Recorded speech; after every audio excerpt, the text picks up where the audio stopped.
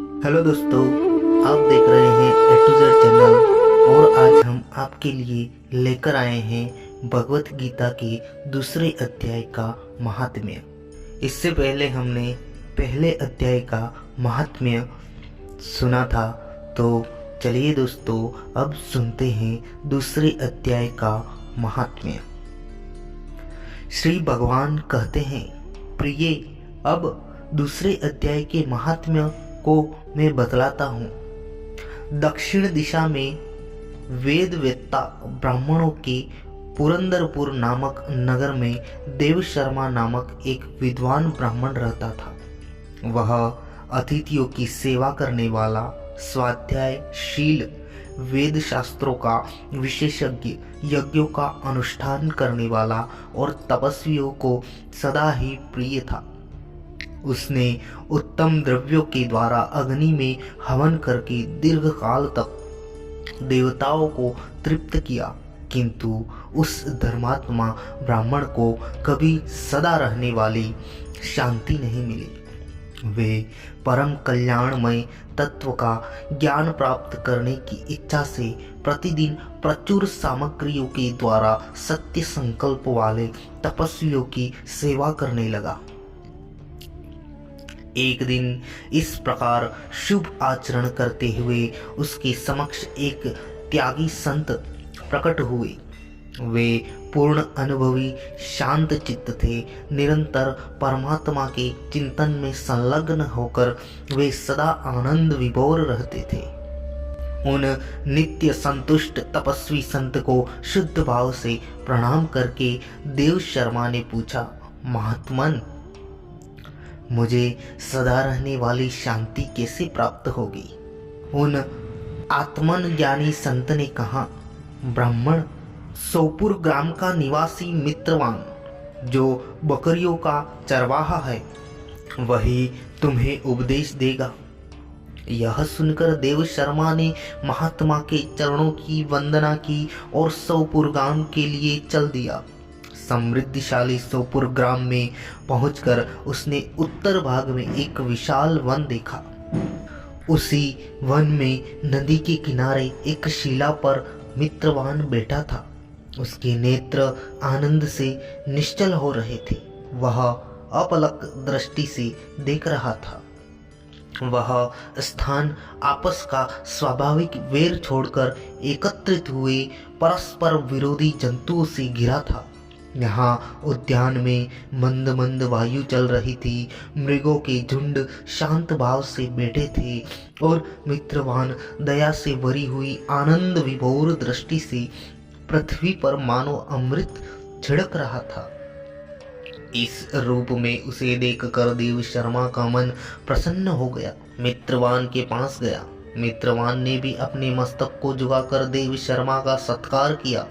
तदंतर विद्वान ब्राह्मण देव शर्मा अनन्य चित्त से मित्रवान के समीप गया और जब उसके ध्यान का समय समाप्त हो गया, तब देव शर्मा ने पूछा, महाभाग, मैं आत्मा का ज्ञान प्राप्त करना चाहता हूँ। मेरे इस मनोरथ की पूर्ति के लिए मुझे किसी उपाय का उपदेश कीजिए, उसके द्वारा परम सिद्धि की प्राप्ति हो सके। देव शर्मा की बात सुनकर एक क्षण तक कुछ विचार करने के बाद मित्रवान ने कहा, महानुभाव, एक समय की बात है, मैं वन के भीतर बकरियों की रक्षा कर रहा था। इतने में ही एक भयंकर बाघ पर मेरी दृष्टि पड़ी, जो मानो सबको खा लेना चाहता था। मैं मृत्यु से डरता था, इसलिए बाघ को आता देखकर बकरियों के झुंड को आगे करके वहां से भाग चला। किंतु एक बकरी तुरंत सारा भय छोड़कर नदी के किनारे उस बाघ के पास चली गई। फिर तो बाघ भी द्वेष छोड़कर चुपचाप खड़ा हो गया। बाघ को इस अवस्था में देखकर बकरी बोली, बाघ, तुम्हें तो उत्तम भोजन प्राप्त हुआ है। मेरे शरीर से मांस निकालकर प्रेम पूर्वक खाओ न। तुम इतनी देर से खड़े क्यों हो? तुम्हारी मन में मुझे खाने का विचार क्यों नहीं हो रहा है? बाघ बोला, बकरी, इस स्थान पर आते ही मेरे मन में द्वेष का भाव निकल गया। भूख प्यास भी मिट गई, इसलिए पास आने पर भी अब तुझे खाना नहीं चाहता। तब बकरी बोली, न जाने मैं कैसे निर्भय हो गई हूँ।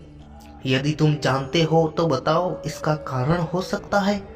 बाघ ने कहा, मैं भी नहीं जानता।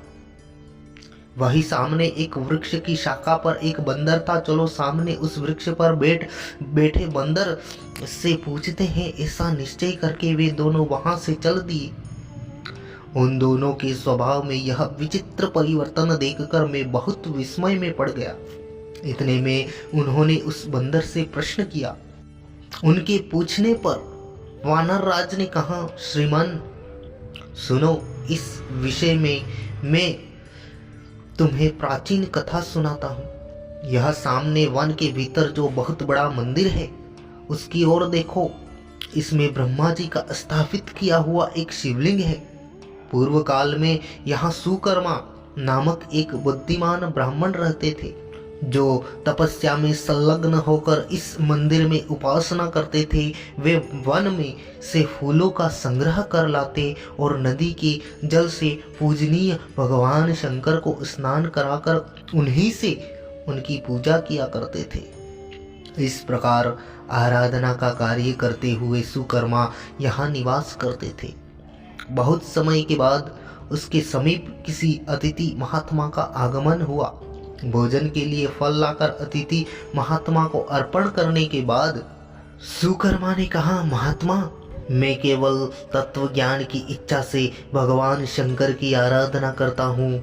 आज इस आराधना का फल मुझे मिल गया, क्योंकि इस समय आप जैसे महापुरुष ने मुझ पर अनुग्रह किया है। सुकर्मा के ये मधुर वचन सुनकर तपस्या के धनी महात्मा अतिथि को बड़ी प्रसन्नता हुई। उन्होंने एक शिलाखंड पर गीता का दूसरा अध्याय लिख दिया और सुकर्मा को उसके पाठ और अभ्यास के लिए आज्ञा देते हुए महात्मा ने कहा, ब्राह्मण, इससे तुम्हारा आत्मज्ञान संबंधी मनोरथ अपने आप सफल हो जाएगा। यह कहकर वे बुद्धिमान तपस्वी महात्मा सुकर्मा के सामने ही उनके देखते देखते अंतर्धान हो गए। सुकर्मा विस्मित होकर उनके आदेश के अनुसार निरंतर गीता के द्वितीय अध्याय का अभ्यास करने लगे। तदंतर दीर्घकाल के पश्चात अंतःकरण शुद्ध होकर उन्हें आत्मज्ञान की प्राप्ति हुई। वे फिर जहाँ जहाँ गए वहाँ वहाँ का तपोवन शांत हो गया। उनमें सर्दी, गर्मी और राग द्वेष आदि की बाधाएं दूर हो गई। इतना ही नहीं, उन स्थानों में भूख प्यास का कष्ट भी जाता रहा तथा भय का सर्वथा अभाव हो गया। यह सब द्वितीय अध्याय का जप करने वाले सुकर्मा ब्राह्मण की तपस्या का ही प्रभाव हो समझो। मित्रवान कहता है, वानर राज कि इस प्रकार बताने पर मैं प्रसन्नता पूर्वक बकरी और बाघ के साथ उस मंदिर की ओर गया।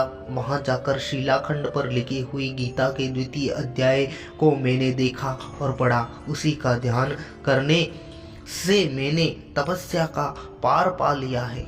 अतः भद्र पुरुष, तुम भी सदा द्वितीय अध्याय का ही अध्ययन किया करो। ऐसा करने पर मुक्ति तुमसे दूर नहीं रहेगी। श्री भगवान कहते हैं, प्रिय मित्रवान की इस प्रकार आदेश देने पर देव शर्मा ने उसका पूजन किया और उसे प्रणाम करके पुरंदर की राह ली। वहां किसी देवालय में पूर्वोक्त आत्मज्ञानी महात्मा को पाकर उन्होंने यह सारा वृत्तांत निवेदन किया और सबसे पहले उन्हीं से द्वितीय अध्याय को पढ़ा। उनसे उपदेश पाकर शुद्ध अंतःकरण वाले देव शर्मा प्रतिदिन बड़ी श्रद्धा के साथ द्वितीय अध्याय का अध्ययन करके ब्रह्म ज्ञान में लीन होकर परम पद प्राप्त हुआ।